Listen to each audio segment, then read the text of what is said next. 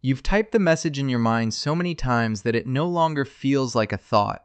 It feels like something you were never meant to say out loud. You needed help, not advice, not solutions, just someone to see the weight you're carrying and not look away. But every time you got close to asking, something inside you stopped you, quietly, instantly. Like a reflex you never learned to question. And the strange part is, you don't even fully know when it started. You just know that asking now feels heavier than suffering in silence. Somewhere in your life, without anyone explicitly telling you, you learned a rule that shaped everything that came after. Needing people comes with risk. Maybe it wasn't one big moment. Maybe it was smaller, quieter. Being ignored when you spoke up. Being told you're fine when you weren't. Being expected to handle things before you even understood them. And slowly your mind did what it had to do to protect you. It removed the need altogether. You became self-contained. At first, it looked like strength. People may have even admired it. The one who doesn't ask. The one who handles everything. The one who stays composed. But what they called strength was actually adaptation. A survival strategy that worked so well, you forgot it was built from necessity, not choice. And over time, something subtle happened. You stopped reaching out even when you desperately wanted to. Not because you didn't need help, but because needing it started to feel unsafe. Because asking carried a silent fear. What if nothing changes? What if I'm still alone even after I say it out loud? So silence became safer than uncertainty. And this is where emotional self-reliance begins to harden, not as independence, but as protection. You start convincing yourself you should be able to handle everything. You minimize your pain before anyone else can. You say it's not that serious. You say others have it worse. You delay your own needs until they stop feeling urgent enough to justify attention. And without noticing, your emotions stop being expressed and start being negotiated. But there's another layer you rarely see in yourself. You're highly aware of others, their moods, their tone, their stress before they even speak it. You read between pauses, silences, and subtle shifts, and because of that awareness, you begin to filter yourself through their capacity. You think about whether they can handle your weight before you even decide to speak, so you don't, not because you don't trust them, but because you don't want to be the reason someone else feels overwhelmed. And slowly, you become the person who absorbs everything and releases nothing. The one who stays strong so others don't have to. But strength without outlet doesn't disappear, it accumulates, quietly, internally, until even small emotions start feeling heavier than they should. There's also something deeper at play, something almost invisible while you're living inside it: control. When you only rely on yourself, you remove unpredictability, no waiting, no uncertainty, no risk of being misunderstood or dismissed. It feels stable, safe, predictable. But what starts as stability slowly becomes distance, from people, from support, even from yourself, because nothing new can reach you anymore if you never open a door.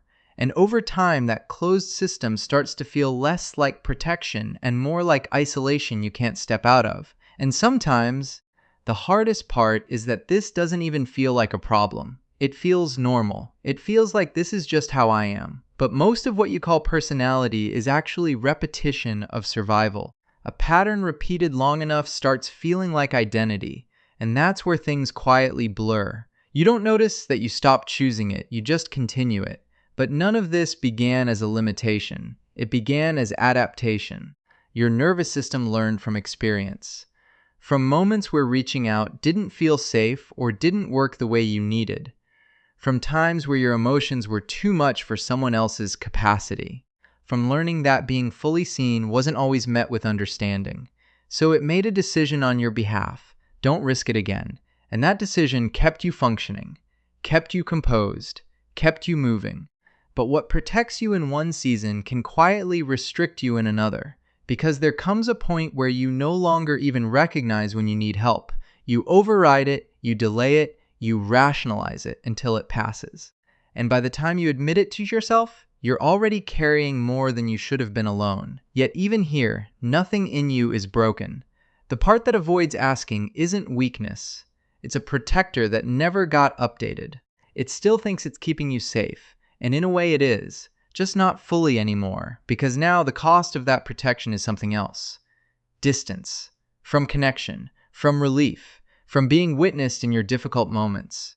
And that distance eventually starts to echo, not loudly, just enough for you to notice in quiet moments when everything slows down. When distractions fade, when there is nothing left to distract you from yourself.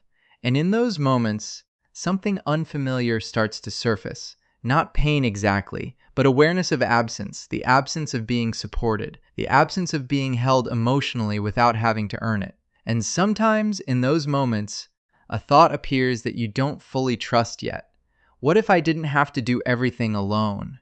You might dismiss it, you might minimize it, but the fact that it appears at all means something inside you is already shifting. Because healing doesn't begin when you change everything. It begins when the rules you survived by stop feeling absolute, and you start to see that maybe independence was never meant to replace connection. It was meant to survive until connection felt safe again. There is a difference you were never taught to notice. One isolates you. The other supports you. And for a long time, both looked the same from where you were standing. But there is another version of you that exists quietly underneath all of this. The version that still wants to be understood without over-explaining. The version that still hopes someone will stay without being tested first. The version that doesn't want to carry everything just because it can. And that version doesn't need to replace who you are. It just needs space to exist alongside it. Because you don't have to abandon the part of you that learned to survive alone. It kept you here. It did its job. But survival is not meant to be your permanent way of living. At some point, it is supposed to soften into something else. Something more connected. Something less isolating. And maybe that shift won't happen loudly. Maybe it won't feel like transformation at first. Maybe it will be almost unnoticeable. A pause before saying, I'm fine. A moment where you don't immediately shrink what you feel. A decision to let something be witnessed without immediately taking it back. Because the goal was never to become someone who never struggles. The goal is to stop believing you have to struggle alone to be valid. And that belief, once questioned even slightly, starts to loosen its hold in ways you don't immediately notice. And one day, without forcing it, you might realize something quietly powerful. Asking for help no longer feels like losing control. It feels like finally letting life reach you again.